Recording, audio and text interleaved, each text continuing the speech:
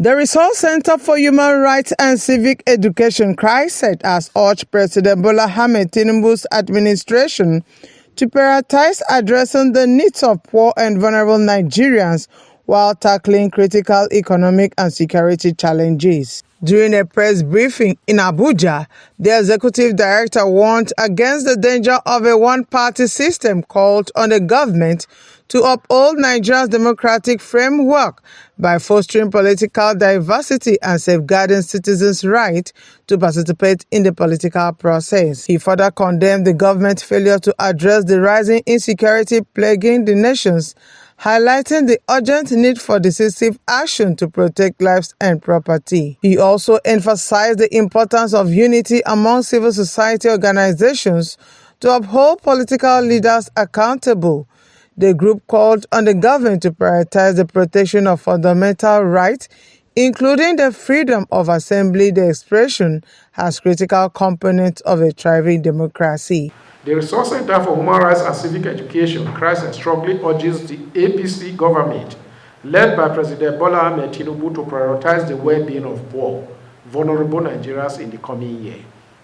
To effectively tackle the nation's economic challenges, we propose that government empowers the 774 local government areas as a foundational platform for economic recovery and industrial development.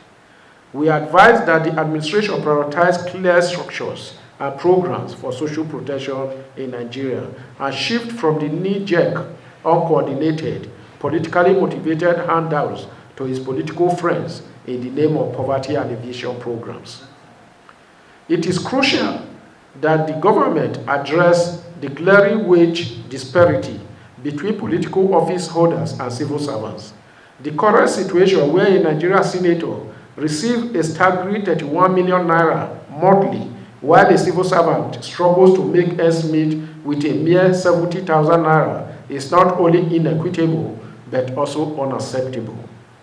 It is grossly unjust when those who work for 335 days cannot earn meet, while politicians who barely work for half the year continue to fatten on public resources. 3. Addressing the implications of the current trend towards a one-party system is imperative.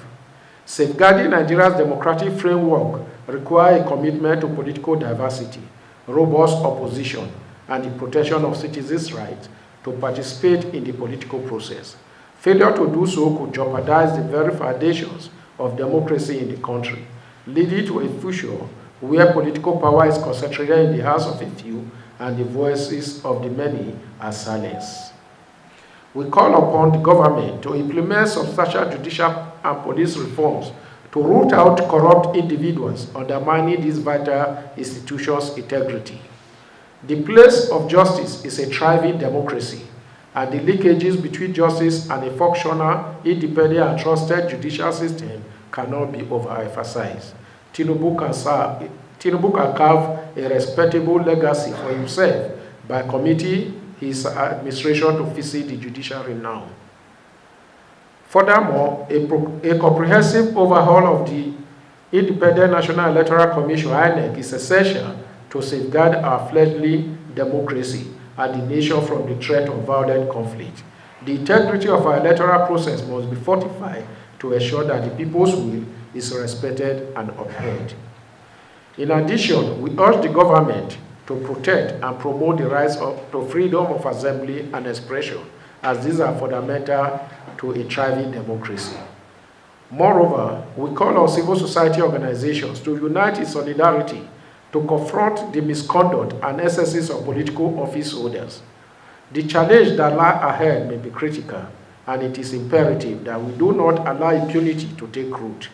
Today, Dele Farotimi may be facing the consequences of political excess. Tomorrow, it could be any one of us. We must stand united in our commitment to accountability and justice.